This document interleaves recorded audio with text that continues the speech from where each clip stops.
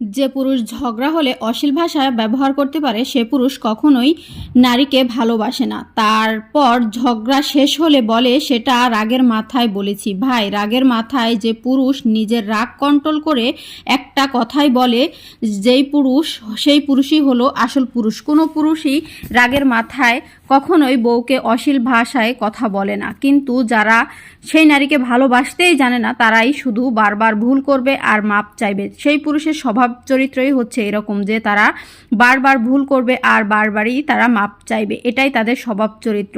কেননা আসল সত্যিকারের পুরুষ কখনোই তার শখের নারীকে এই অশ্লীল ভাষায় কথা বলে না। তারা চুপ করে শোনার পরে তাকে আস্তে আস্তে বুঝায়, দেখো এইটা না ওইটা হয়।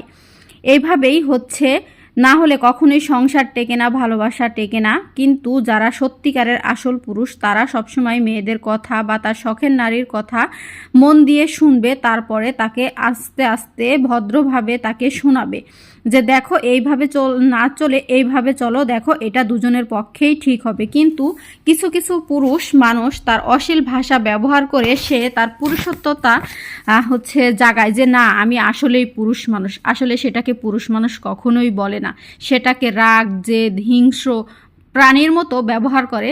তারা সেটাকেই মনে করে যে পুরুষত্ব হলো নারীকে ভালোবেসে আগলে ধরে রাখতে হয়, সেই নারী কি চায়, কি বলতে চায়, কি বুঝতে চায়।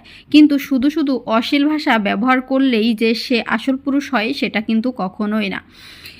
যখন আপনি একটা মানুষকে বুঝবেন তখনই আপনার জীবনে আপনি সুখ খুঁজে পাবেন। যখনই আপনি সেই নারীকে বুঝবেন না কখনোই আপনি সুখ খুঁজেও পাবেন না। আর কখনো কাউকে জোর করে ধরে রাখা যায় না, সে যদি নিজে থেকে না থাকে। কিন্তু কিছু কিছু নারী এমনি এমনি তার শখের পুরুষকে ছেড়ে দিয়ে চলে যায় না, কিছু তার ব্যবহার চরিত্রের কারণেই কিন্তু তার শখের নারী তাকে ছেড়ে যায়, কিন্তু লাস্টে বদনাম হয় সেই নারীরই। সে নারী হাজার ভালো হলেও সেই নারীটাই খারাপ। আর পুরুষ মানুষের চরিত্র হচ্ছে ফুলের মতো পবিত্র। আর নারী যদি একবার ডিভোর্স হয় তাহলে সে সব থেকে খারাপ দুনিয়ার ভিতরে।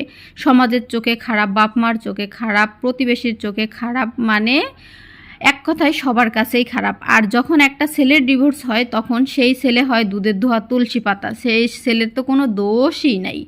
এটাই হচ্ছে আমাদের সমাজ, এটাই হচ্ছে মানে সমাজের নীতি নিয়ম। একটা ছেলে 10টা বিয়ে করতে পারে, তাতে কোনো সমস্যা হয় না। কিন্তু একটা মেয়ের একটা বিয়ে হয়ে ভেঙে গেলে তার হাজার সমস্যা, সবাই তাকে আঙুল দিয়ে দেখিয়ে দেবে।